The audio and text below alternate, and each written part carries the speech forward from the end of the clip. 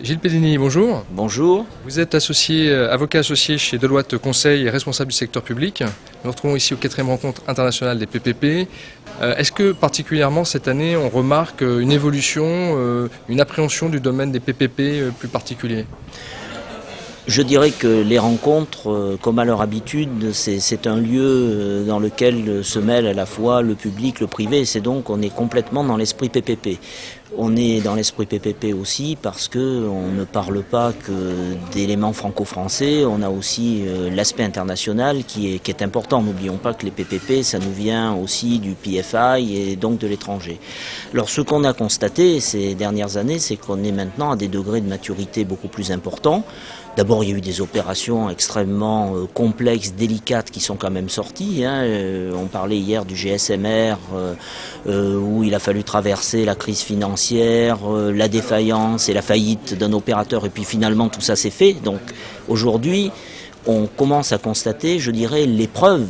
C'est un peu comme l'épreuve de vie quand il y a quelqu'un qui disparaît. Ben là, c'est l'épreuve sur lesquelles le PPP ça marche même quand les circonstances sont difficiles. Ça veut dire qu'il y a eu beaucoup de PPP qui se sont développés. Ça veut dire qu'il y a des PPP maintenant qui sont allés au bout, qui se sont développés sur de grosses infrastructures. On pense aux infrastructures ferroviaires, mais aussi sur des équipements, et des équipements importants, par exemple les équipements sportifs. Songeons que serait-il de l'Euro 2016 sans les PPP pour arriver à construire nos stades, bien sûr, mais surtout à construire des stades de façon durable, c'est-à-dire à penser que demain, ces stades, on pourra les utiliser pour le football, mais on peut les utiliser pour faire des opérations publiques, on peut les utiliser pour faire des concerts. Donc le concept de stade aujourd'hui, c'est plus du tout le stade de nos grands-parents, où il y avait 4 tribunes et puis un match tous les dimanches. C'est un véritable équipement d'animation, d'entertainment, comme disent les anglo-saxons. Le PPP, avec cette version un peu à la française, montre qu'on est peut-être beaucoup plus attentif au cahier des charges sur les aspects de qualité de maintenance, etc. C'est important à l'étranger. Pourquoi ?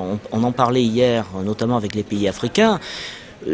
Traditionnellement, on se désolait un peu de financer des équipements et de voir qu'ensuite ils n'étaient pas entretenus.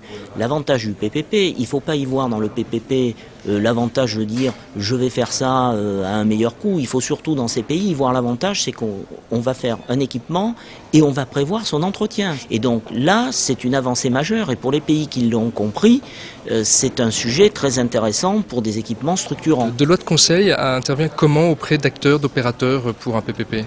Alors, on intervient à 2 niveaux.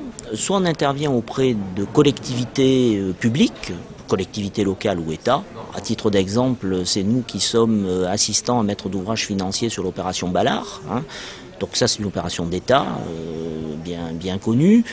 On intervient aussi dans des collectivités sur des stades, des équipements culturels, sportifs, du bâtimentaire, etc.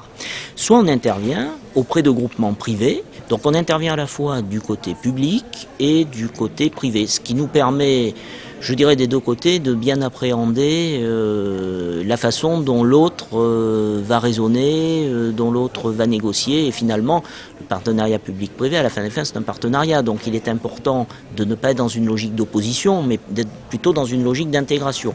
Et c'est pourquoi on intervient des 2 côtés. Merci beaucoup Gilles Pedini pour la clarté de vos propos et pour cet engouement, ce goût et cette confiance dans les PPP. Merci.